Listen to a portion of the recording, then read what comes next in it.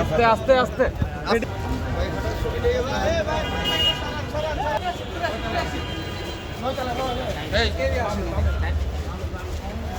আমরা একটু রূপগুলা আমরা একটা রেডি করে আসছিলাম আমাদের পার্টি অফিস থেকে।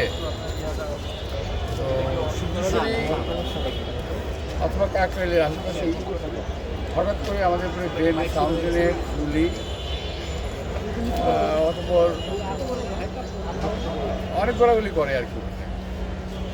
আমরা তো নিজের মতো আত্মরক্ষা করি। অতপর পুলিশ আমাদের বিরুদ্ধে ভুয়া কিছু মামলা দেয়। সেই মামলা 2013 সাল থেকে আজ পর্যন্ত, আজকে 2025 চলছে। আমাদেরকে কোর্টে আসা যাওয়া করতে করতে সময় নষ্ট হয়েছে, টাকা নষ্ট হয়েছে। আর এই মামলায় আমাদেরকে জেলেও যেতে হয়েছে। আবার জামিন করেছি। এখন দেখা গেছে যে হয়তো এটা দেখা গেছে যেটা এখন আর ইয়ে চলে না, মামলা অচল। আমরা প্রেজেন্ট করেছি, আমরা বলেছি যে আমরা তো নির্দোষ।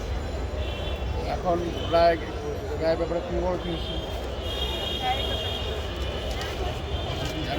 সম্মানিত সাংবাদিকবৃন্দ, আপনারা জানেন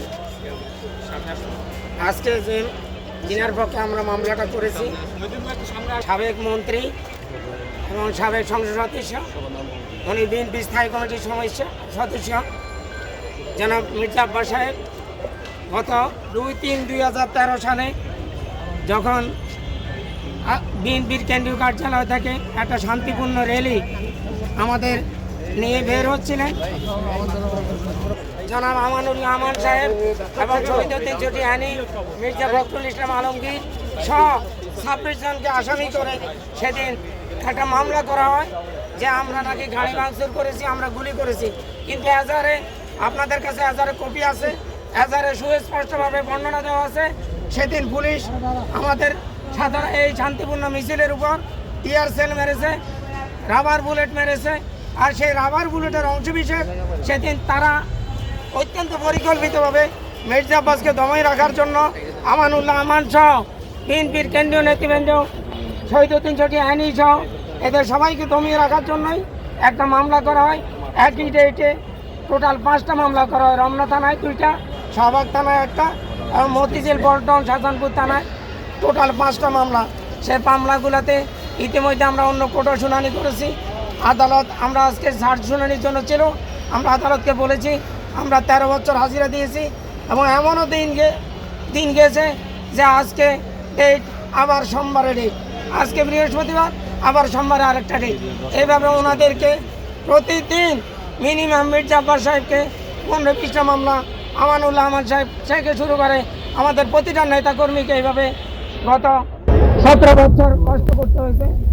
আজকে আমরা 341-এর এই ধারা মোতাবেক আদালতে দরখাস্ত দিয়েছি। আদালত মামলাটা পুঙ্খানুপুঙ্খানুভাবে পর্যালোচনা করে রেখেছেন। মামলাটা মিথ্যা, বানোয়াট এবং উদ্দেশ্য প্রণোদিত। সেসব আদালত ন্যায় বিচারে রাখতে ওনাদের সবাইকে অব্যাহতি দিয়েছে। যুগ যুগ ধরে আমরা হাজির হচ্ছি, জেলে যাচ্ছি, কোর্টে আসছি, আবার যাচ্ছি। এটা একটা হয়রানি, মানসিক, শারীরিক, অর্থনৈতিক। তো তোমার প্রশ্নটা খুব ভালো। কত যুগ ধরে, আর কত যুগ ধরে আমাদের এখানে আসতে হবে এটা আল্লাহ বলতে পারবে, আমরা তো বলতে পারবো না। মামলা আরও অনেক আছে। এই এখনই আমরা আমার সাহেব একটা কোর্ট থেকে হাজিরা দিয়ে আসছি, আমাকে একটা কোর্টে যেতে হবে।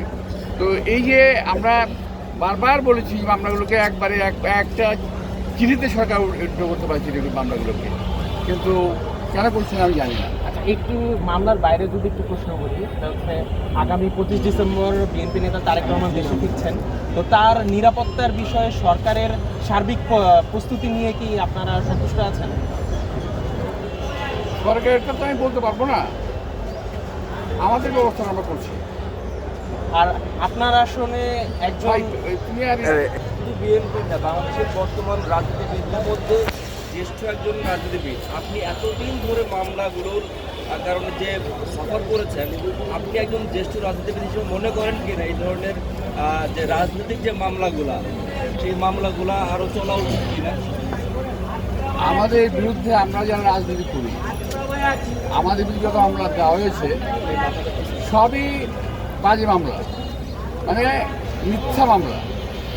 আমি আশা করেছিলাম যে সরকার যেদিন পরিবর্তন হলো, নতুন সরকার একটা অর্ডারের মাধ্যমে সকল মামলা প্রত্যাহার করে নিতে পারত, কিন্তু কেন করে নাই এটা আমার কাছে প্রশ্নবোধ। আপনারা সরকারে এলে আপনারা কি করবেন পরবর্তীতে? আগে সরকারে যাই তো, দেখা যায় আল্লাহ ভরসা।